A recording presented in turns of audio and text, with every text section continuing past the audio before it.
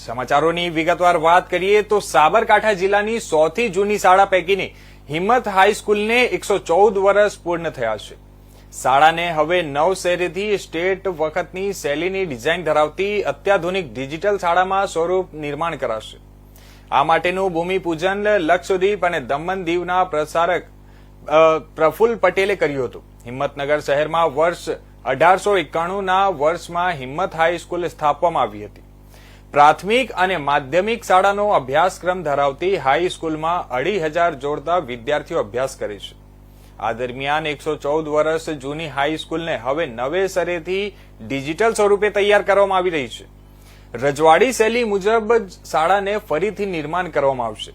Model ધોરણે સંપૂર્ણ digital નિર્માણ કરાશે, જે શાળા રાજ્યમાં એક મોડલ તરીકે ઉભરી આવશે. મોડલ ડિજિટલ શાળાનું ભૂમિપૂજન લક્ષદ્વીપ અને દમણ દીવના પ્રશાસક પ્રફુલ્લ પટેલે કર્યું હતું. કાર્યક્રમમાં સાંસદ શોભનાબેન બારૈયા અને ધારાસભ્ય વીડી ઝાલા ઉપસ્થિત રહ્યા હતા.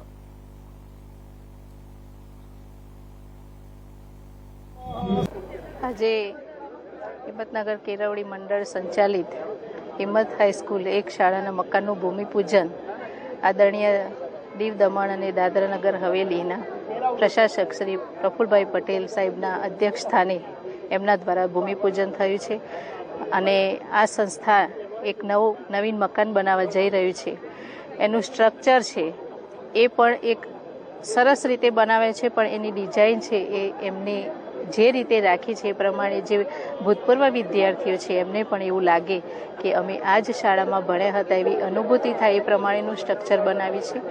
અને પ્રમુખ શ્રી હેમંતભાઈ તથા એમને જે ટ્રસ્ટીઓ છે તમામને ખૂબ ખૂબ અભિનંદન. અને શાળાના સ્ટાફે જે પ્રમાણે મહેનત કરીને આ શાળાને અગ્રેસર લાવવાના પ્રયત્નો કર્યા છે અને શિક્ષણ બાબતમાં પણ આ શાળા હંમેશા અગ્રેસર રહી છે. એટલે તમામને ખૂબ ખૂબ અભિનંદન આપું છું. મેં પણ આ શાળામાં 12મા ધોરણની પરીક્ષા આપી હતી, એટલે મને પણ અહીંયા આવીને ખૂબ આનંદ થયો છે.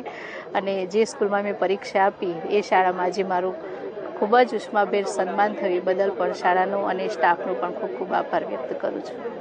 કયા પ્રકારની શાળા બની રહી છે? ડિજિટલ કે તમામ પ્રકારની સુવિધાઓથી સજ્જ, ડિજિટલાઇઝેશનથી માંડીને તમામ પ્રકારની લાઇબ્રેરીથી માંડીને તમામ પ્રકારની સુવિધાઓ આ શાળામાં મળી રહે છે.